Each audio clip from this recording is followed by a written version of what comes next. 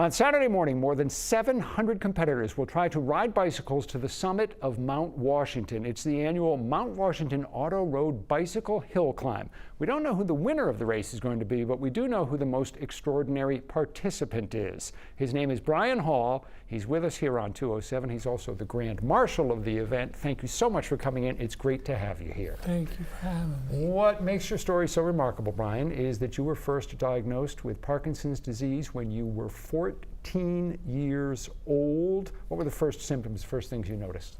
I used to get these debilitating foot cramps that, playing sports. I get foot cramps. It would stop me dead in my track. It was intermittent at first, then it became more and more prevalent. Well, Parkinson's disease has certainly not stopped you dead in your tracks in life. You have achieved extraordinary things. This will be the fourth time that you will be competing in the race up Mount Washington. Last year, when you competed, how was your time? How did your time compare to the previous 2 years you had competed in the event? Well, I think I beat my personal best time, which was 2 hours and 19 minutes. The first year, I beat it by over an hour. I did an hour 11 minutes last year. You wrote a memoir a few years ago. The title was Not Afraid to Fall, which is a title with a lot of power. Now, our colleague Amanda Hill has done a couple of stories on you and shown the difficulty that you have in walking, but when it comes to biking, you have been able to bike with much better balance. You still fall, but not all that often. Why is biking something that you've been able to do?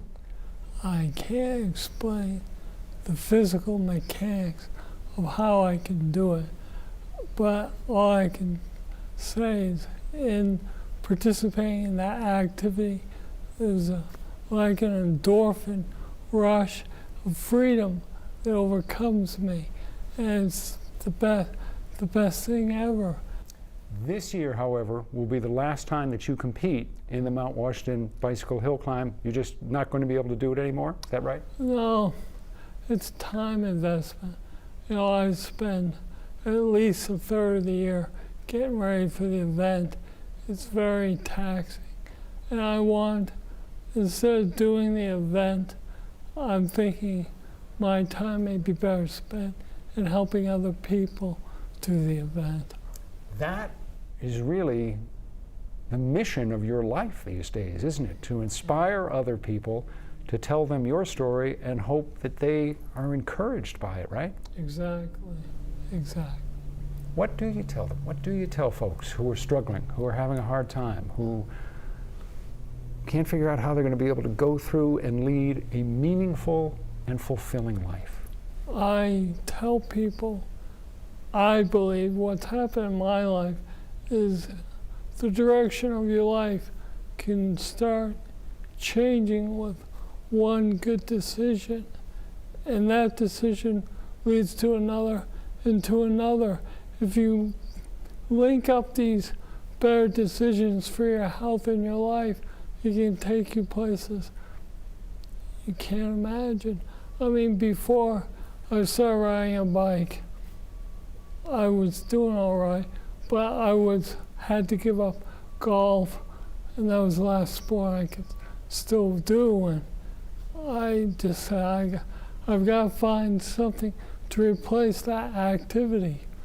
And thank God, cycling works for me. But you'll be the first one to cross the starting line at Mount Washington on Saturday morning.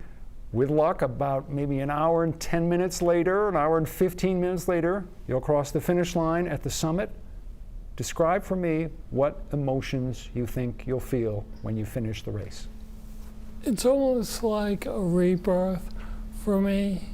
You feel like you can achieve things and be a part of life in a more normal way.